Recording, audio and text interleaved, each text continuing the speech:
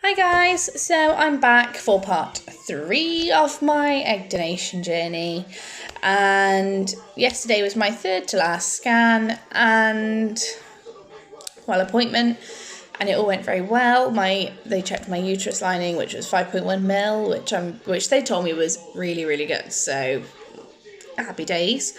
Otherwise, they checked the active follicles on my ovaries, which I think I touched on in part 1. And similar sort of story. Right one's got better ones than the left. The right one's now showing 17, whereas I think in the first video I think it was 10. So that's increased massively, just from the way that they're doing it all. Essentially, like going on the pill. It helps. Well, it clearly has, because it's made quite a bit of difference there. That's another 7 follicles that they can actively extract from. The left one has also increased from about 6 or 7, I think it was, to 13. They're still not going to extract from that one because the cyst has grown. It's nearly 8 centimetres now, and it was 5 when they last checked, which was, I think, start of August. So they won't be extracting from that one, and I have got a date for an operation, which is the 8th of November. So I'll probably be in London twice next week, have a week off, and then a more local hospital for the operation. But that's all on a separate matter anyway. So moving on to more on what I said in part 2. I now know which drug's what, and when I need to administer what, and how much of what I need to administer into myself. So I'll show you now. Just cover up my details. So here we have the gonal F, which was the one that I needed to put in the fridge. Needs to be refrigerated. So started on the 15th, and I have actually ticked it off. I have done tonight's as well, but I haven't actually ticked it yet, but I will do. And I need the dose of 225. So I've got to take all of these down till the 22nd, so next Tuesday, I think. But as you can see, it does clash with 3 lots of thiamidals. So these ones, the gonal Fs, these have to be administered in the evening, and the thiamidals, they have to be administered in the morning. So on these 3 days, the 20th to the 22nd, I will be doing a thiamidal in the morning, followed by a gonal F in the evening, so before work and after work. Unless that's on a weekend, then just same situation, just without the work. Okay, and then there's this one as well, Buracillin, I can't really pronounce it.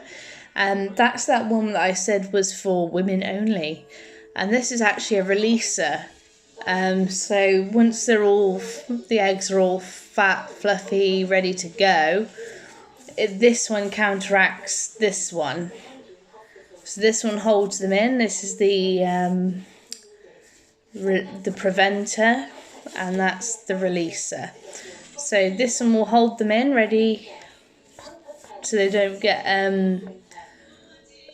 they don't exit my body, I guess. They don't come out. And this one is, she touched on it, and she said it was something to do very close to the actual extraction day. So if next Wednesday's appointment, the 23rd, goes well, then I'll be starting to take this ready for Friday, which will get them all ripe and ready. So exciting times. So if everyone remembers, this is the gonal F. Big box. Bigger than my face.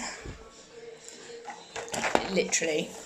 And because I'm not the brightest person in the world, there is an actual tab there, but I never opened it from there. I actually opened it from the end as if it was tablets. like probably a lot of people would.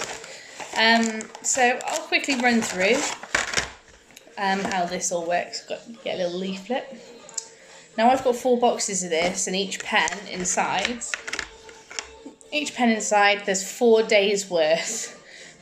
And I only need this for 1, 2, 3, 4, 5, 6, 7, 8. So I only actually need 2 of these, and they've sent me 4 boxes. So 2 boxes will be going right back to London. I'll allow bed to be safe and sorry. I could break one, I guess. Wouldn't surprise me. So yeah, I'll show you how this works. So on this end, it's like a little twisty, turny, knobbly thingy. So like I said, it needs to be at 225. And it does actually say 225. If I can try and block out the light. And it probably won't read it because it's really blurry because front-facing cameras are naff. But it does say 225. I'll just put that back to 0 so it doesn't actually trigger anything. So at the end, as you can see, there is no needle. But that's the fun bit for you to do. So little box, all of those are needles. So quite simple. You take the top off, and then in there is a little needle. So quite simply, pop it on the end, righty-tighty, pull that off, and voila, you have your needle. And obviously, underneath there, it's a very, very, very fine needle. It's almost like a sewing needle. So you can see I've already done 2 in there. So it was at that black line, but it's now down to where the grey bit is. So I've already used 500 because I've done 2 lots of 225, and there's 900. So I think I'll probably get another 1 out of this, maybe. And then the rest will probably just go in the bin, because the rest won't be enough. So, quick run through. I'm not going to stab it into myself because I've already done it this evening. So, quite simply, I'm not going to get my belly out. So, belly button's there. They want you to do it either there or there, sort of where your ovaries would lie if they were on the outside. So quite simple, stick it in, the entire needle has to go in, and then just gently press the end until it stops, and the reader will say 0. And you're done. That's that one all administered. So I'll just take this apart now. So lefty loosey. Lovely. So it's back to being empty, and no, it doesn't leak everywhere. It's like one of those magic things. And then back in the box and back in the fridge. So I've got one more use out of that one before I can't use it anymore. So essentially 3 days worth, not 4. And then I've also got the Fire Medal. So this is the one that I'll be taking in the morning as of the 20th. So I'll show you what that one looks like. And that is just a normal syringe. If there's any air, the usual, flick the needle. Just push the syringe in a little bit to get the air bubbles out. Same thing.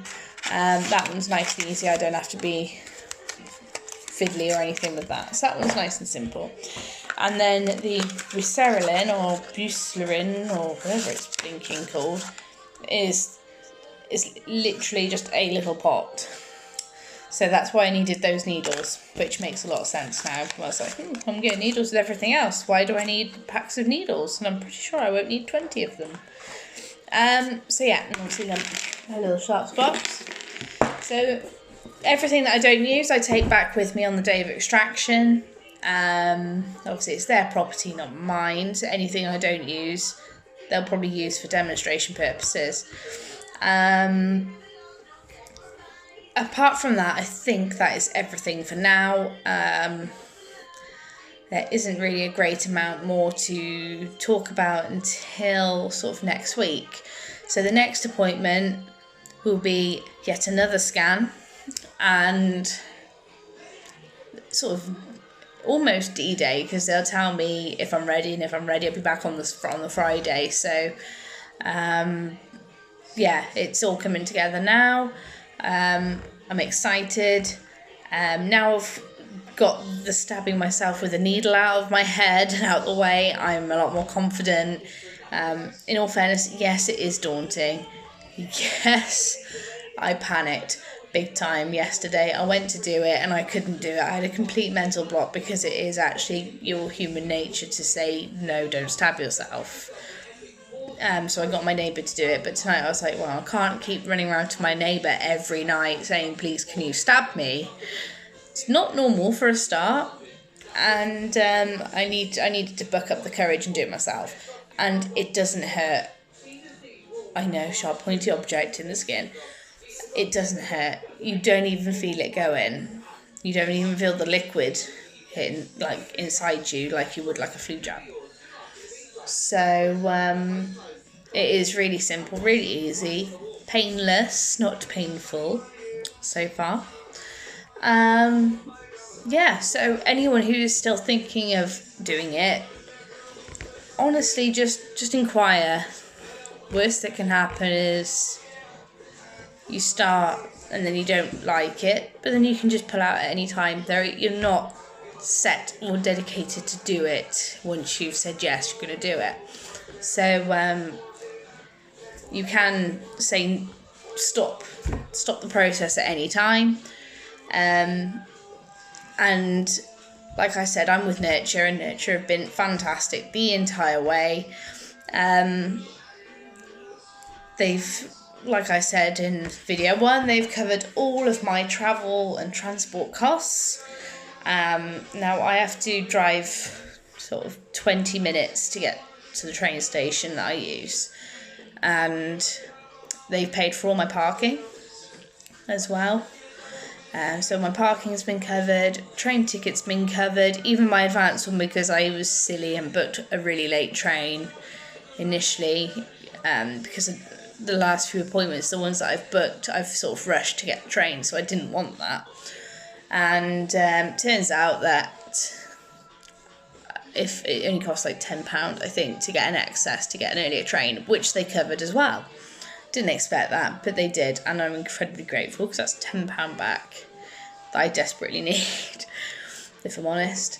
And yeah, they've covered literally everything. I topped up my Oyster card and I got refunded for that today. And well, I got refunded for the £10 extra, my parking and my Oyster card first thing this morning, before I'd even got to work. So I think it was about 8:30, 8:45, I received the refund from yesterday's stuff, so they're that quick. So yeah, if you're interested, definitely go for it. You don't feel like you're locked in and you have to do it once you've signed up. You can say no at any point and to stop the process. After all, it is your body and you choose what you do with it. So I'm looking forward to doing the next video with the final normal scan, and then we'll know when they are being extracted, and we shall see. Anyway, thanks guys. I shall see you in part 4.